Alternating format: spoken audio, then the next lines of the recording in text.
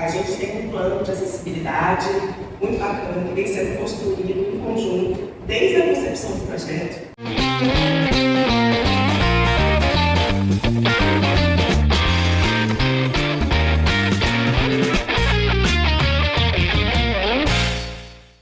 Hello Kids! Esse é o Chão de Dentro, Chão de Fora, o programa do Cultureiros que entra nos bastidores da cultura e vê quem é que faz a cultura acontecer. Um olhar democrático para a cultura a partir da obra de Verger. E ele surgiu de uma conversa entre Alex Barradel, diretor cultural da Fundação Verger, e Luiz Nascimento, que é conselheiro da Fundação,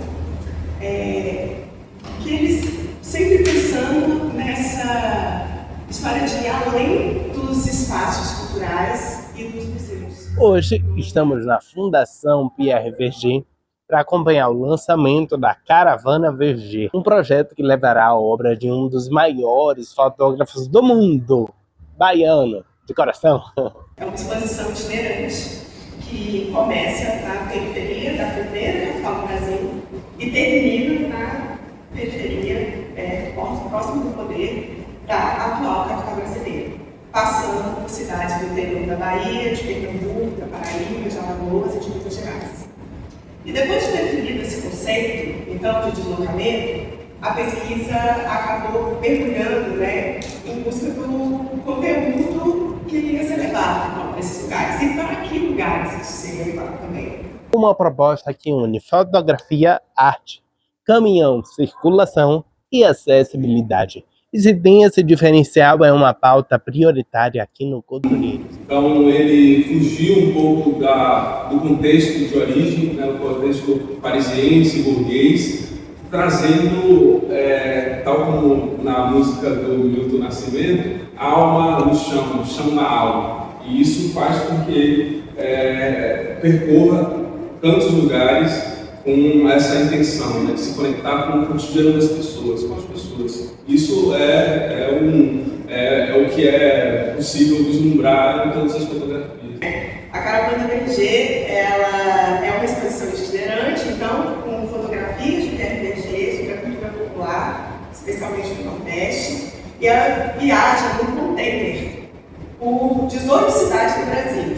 E ela chega nessa cidade e se instala numa praça pública, e então ali esse container se transforma no equipamento cultural naquela cidade por 10 dias. Isso acontece ao ar livre, numa praça, porque a ideia é justamente essa, ir para áreas de circulação de pessoas, onde as pessoas estão, lugares que fazem parte realmente do cotidiano dessas cidades, levar as fotos para onde as pessoas estão. Essa é a primeira vez que uma exposição desse porte chega nesse formato de ocupar as praças públicas com fotografias, quebrando aquela lógica do museu. A Fundação Pierre Verger sempre fez exposições em muitos museus, mas não uma exposição de rua. As grandes exposições sempre ficam nos museus, e particularmente nos museus do sul, do sudeste brasileiro. Então, eu acho que a grande diferença agora é que essa exposição ela quebra essa caixinha dessa dificuldade de levar exposições onde o povo está, como a gente tem falado muito aqui. Então, percorrer esses municípios do Nordeste brasileiro vai ser uma experiência fantástica, porque justamente faz uma mudança na forma de expor fotografias no Brasil. O critério para a escolha dos municípios foi onde havia povo e havia manifestações populares, o Verger passou, a gente agora faz o mesmo percurso com ele 80 anos depois. A gente tem um plano de acessibilidade muito bacana que vem sendo construído em conjunto desde a concepção do projeto. É muito importante estar com a Sandra Rosa com a gente, todo esse apoio, toda essa consultoria, desde a curadoria das fotos, em cada etapa do processo.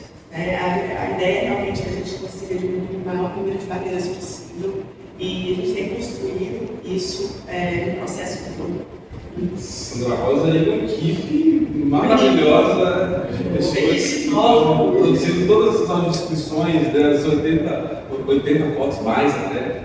E isso é também um legado para não só esse momento agora, mas uma vez que um conteúdo ele se torna acessível, ele se torna democratizado e ele se afirma, né, como um legado para futuras gerações.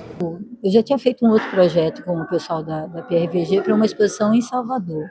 E de lá eles já estavam pensando, né, a caravana, e aí me convidaram para, desde o início, assim, as primeiras reuniões, a gente já ir pensando, entendendo qual era a concepção do projeto, para daí pensar como é que a gente vai viabilizar a acessibilidade, até porque são 18 cidades. Eu fiz toda uma orientação não só da concepção do projeto, mas dos espaços que vão ser pensados, que foram pensados e vão ser ocupados, a própria construção do container, ter um pensamento de acessibilidade para que as pessoas com deficiência dessas cidades também possam acessar o que estiver sendo disponibilizado ali dentro. Tem toda uma formação que a gente vai fazer agora com toda a equipe, porque a ideia é que o pensamento da acessibilidade vai sendo levado, né? Você internalize ele e onde você for, seja você o educativo, seja você o gerente geral da ação, o diretor geral da ação, o pensamento chegue junto, o pensamento de que a próxima ação precisa também ser acessível. Que tem um grande movimento no mundo que é a questão da democratização da arte para todos os públicos, né? Nós no Acervo da Laje a gente sempre debate essa questão, que muitas vezes parece que a arte é feita para adultos e para pessoas que não sabem se colocar no lugar dos outros, né? Então, com a querida Sandra Rosa, desde o início, todas as fotos vão ter QR Code, vão ter audiodescrição, justamente porque a gente tem que começar a entender que a democratização da arte se dá no acesso universal, o acesso universalizado. Então, metodologicamente, esse projeto, ele trabalha com acessibilidade pensando de que a arte tem que ser fluida por todas as pessoas. Todo projeto tem uns limites de verba, mas assim, considerando os projetos que a gente já fez na Bahia, eu acho que esse é o que vai sair mais completo. Não tenho a menor dúvida assim, de pensar o texto em áudio, em libras, vídeos com legenda, com audiodescrição, as fotografias, as 80 fotografias e um tanto mais vão ter audiodescrição, né? Os espaços serem pensados, no mínimo com alguma rampa, poderia ter peça tátil, poderia ter comunicação aumentativa alternativa, texto simples e tal. É um lugar que a gente ainda precisa alcançar, mas essas mais básicas, gerais, e que já atende uma grande parte da população, foram pensadas e estão já compondo. O site já está com essa perspectiva, né?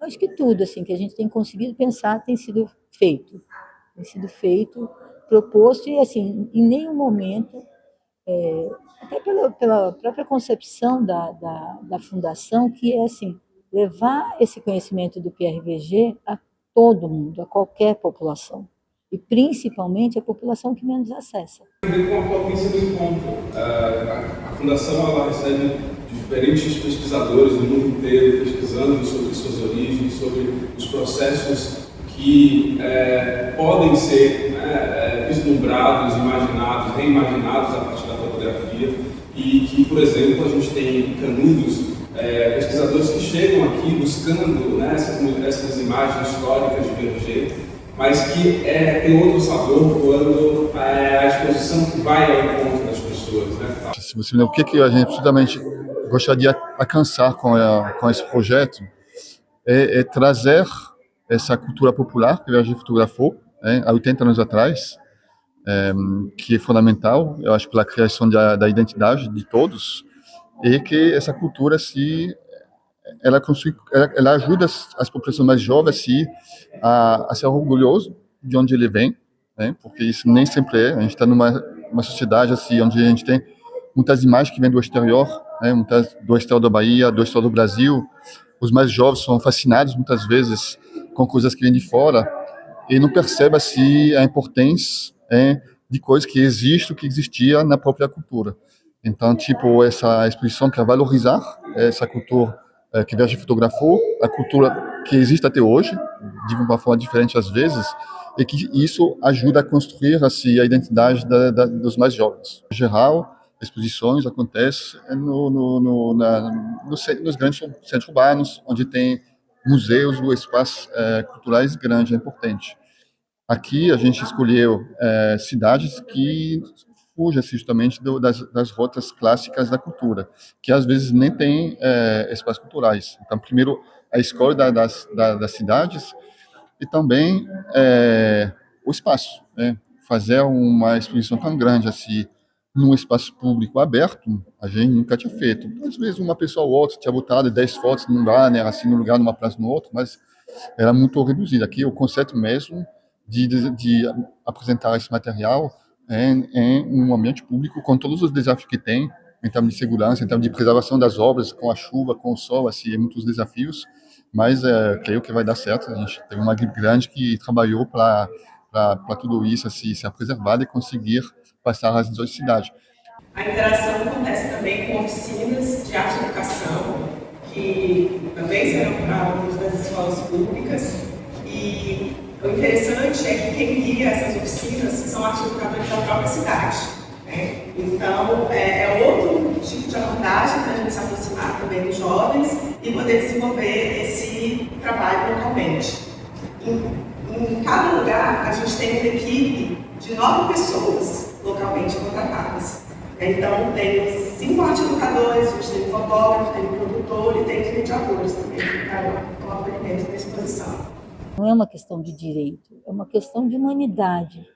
Então, assim, eu não penso, o projeto como um todo, não pensou a acessibilidade só como um adendo.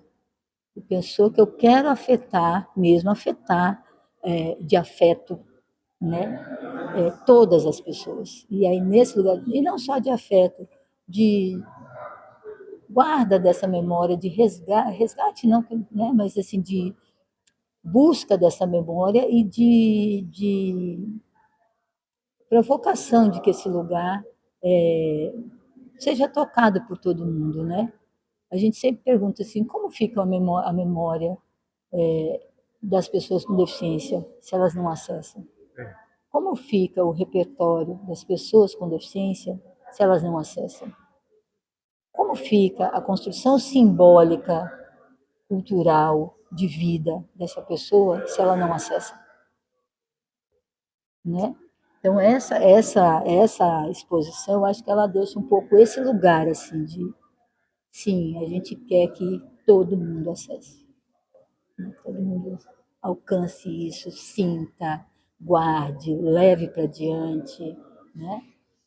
E para os próximos gestores, fica a ideia de pensar a acessibilidade desde o começo, né? Quando a arte circula e a acessibilidade faz parte do projeto desde o início, mais pessoas podem viver essa experiência.